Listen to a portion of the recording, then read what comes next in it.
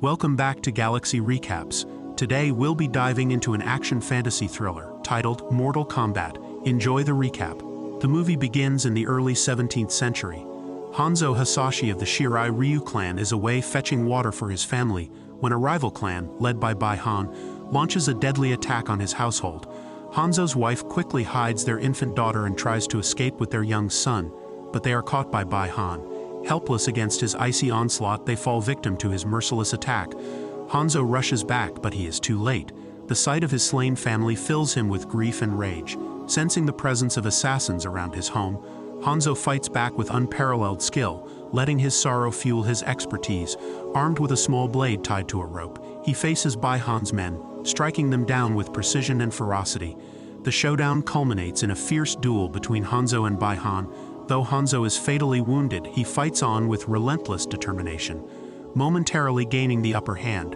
In the end, he succumbs to his injuries, dying just out of reach of his hidden infant daughter, who is later rescued by Raiden, the god of thunder and protector of Earthrealm. According to a prophecy, Hanzo's fall heralds the rise of new champions who, like him, bear the dragon mark to defend Earthrealm against the Outworld's invasion. Earthrealm has lost 9 consecutive Mortal Kombat tournaments, and Outworld needs just one more victory to conquer Earthrealm. In the present day, Cole Young, a former MMA fighter, participates in fights to support his family, with his wife Allison and daughter Emily standing by his side.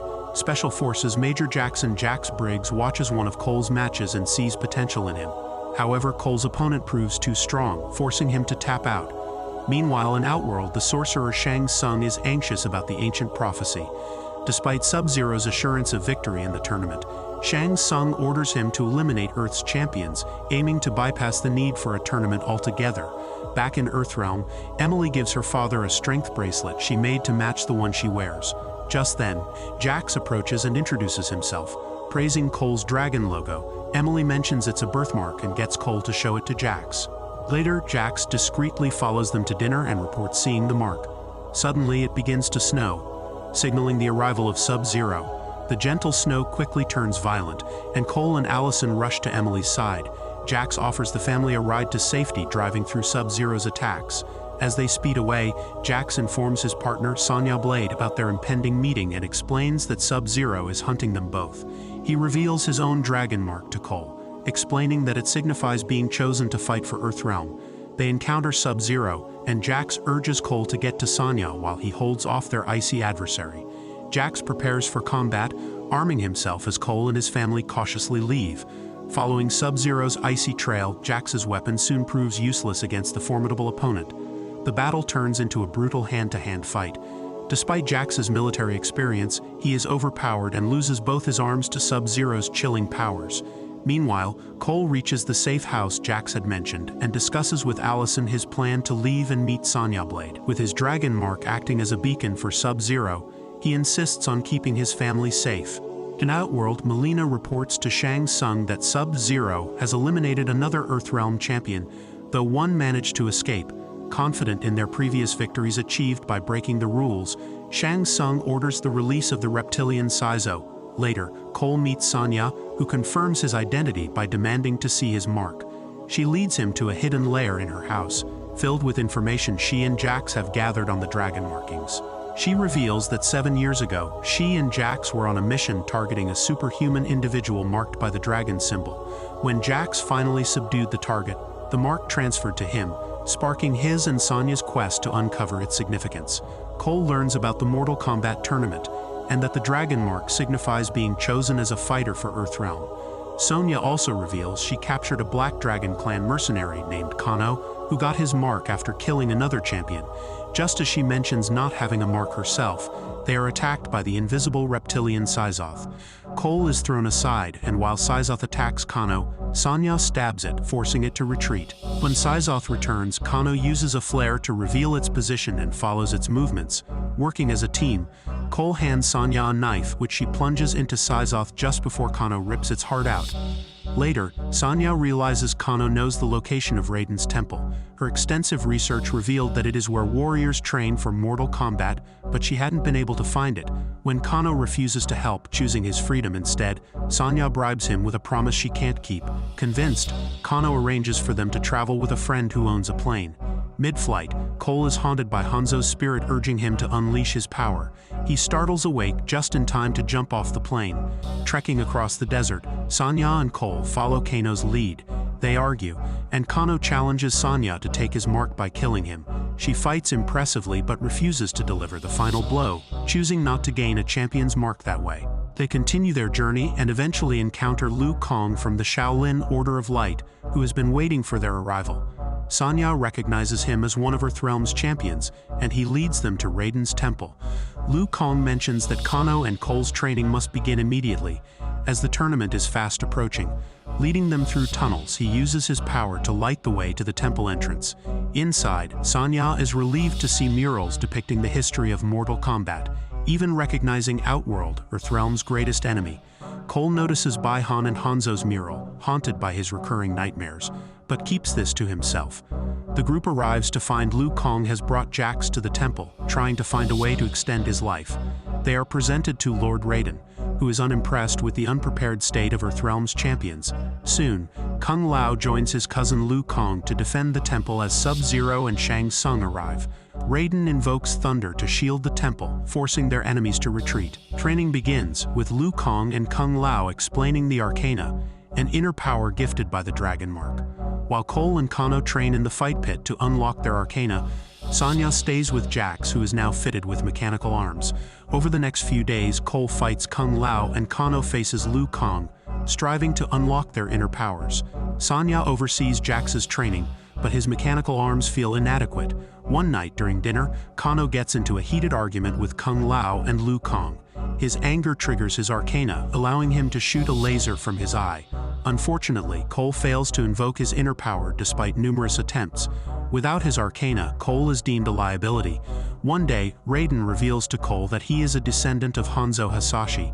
Hanzo entered the Netherrealm upon his death, seeking revenge from the farthest reaches of hell. Raiden explains he had brought Hanzo's daughter to the temple for safety. Since Cole's bloodline power seems insufficient, Raiden advises him to return to his family instead. Meanwhile, Shang Tsung recruits a group of warriors, including Natara the Hunter, Kano's former ally Kabal and General Reiko, to find a way to disable the temple's shield and destroy it. With Kabal offering a solution, Prince Goro joins the team as well. Kabal meets Kano at the temple and convinces him to switch sides and sabotage the shield. Once Kano disables the shield with his power, Shang Tsung gains access to the temple with his warriors. Cole faces Prince Goro's attack, desperately fighting to save his family. Shang Tsung instructs his warriors to eliminate Earthrealm's champions. Both Jax and Cole struggle against their formidable foes, while Sanya battles Mileena. Stabbing Sanya, Mileena quickly realizes she isn't a champion and abandons the fight, leaving Kano to bury her in debris. Liu Kang tackles Kabal, and Kung Lao bravely faces Natara, sawing her in half with his hat. Witnessing his family in danger awakens Cole's Arcana. Armed with a suit of armor that absorbs kinetic energy and a set of tonfas, Cole overpowers and defeats Prince Goro. Back at the temple, Jax attempts to save Sanya. His desperation triggers his Arcana, granting him superhuman strength through his upgraded arms. Jax saves Sanya as Raiden summons Cole back to the temple, revealing to Sub-Zero that the Hasashi bloodline is still strong. Raiden attempts to teleport the crew to safety, but Kung Lao steps in to save Cole and is killed by Shang Tsung, who sucks out his soul. Raiden teleports the group to the Void, a space between realms where Shang Tsung cannot follow them. The champions of Earthrealm regroup with Hanzo's spirit poised to fight alongside them. Raiden hands over Hanzo's blade to his rightful descendant, Cole. With a plan in mind, Cole suggests splitting up to handle Outworld's threats more strategically. Raiden arranges for Jax to fight General Reiko and Sanya to face Kano, leaving Liu Kang and Cole to take on Mileena and Kabal, respectively. According to Cole's plan, they will confront Sub-Zero together once the other warriors are defeated. The intense battles begin.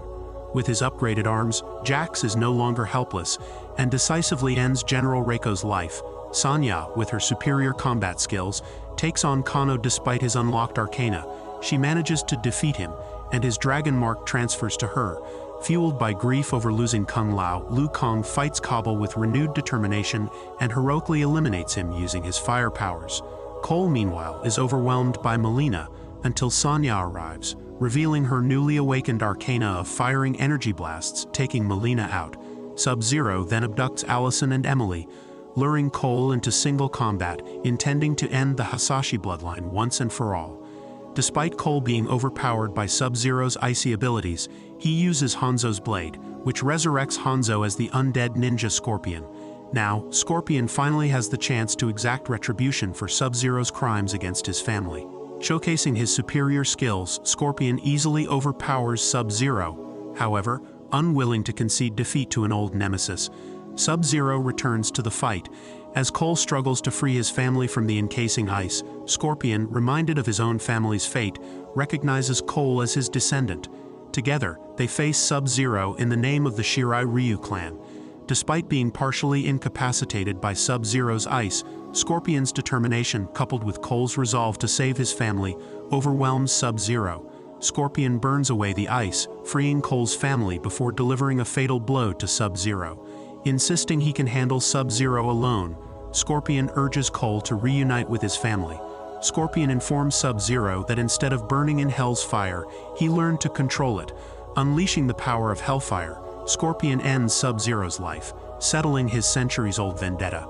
He thanks Cole for freeing him and expresses his wish for his bloodline to be cared for before taking his leave. Raiden arrives with Liu Kang, Jax, and Sonya, closely followed by Shang Tsung. Never one to accept defeat, Shang Tsung vows to return with not just fighters, but entire armies to ambush Earthrealm. Raiden banishes Shang Tsung to Outworld and instructs his team about locating and training new champions. Later, Cole quits his underground fighting gig and heads to Hollywood searching for martial arts star Johnny Cage. Thanks for watching. Don't forget to like and subscribe, and we'll see you on the next one.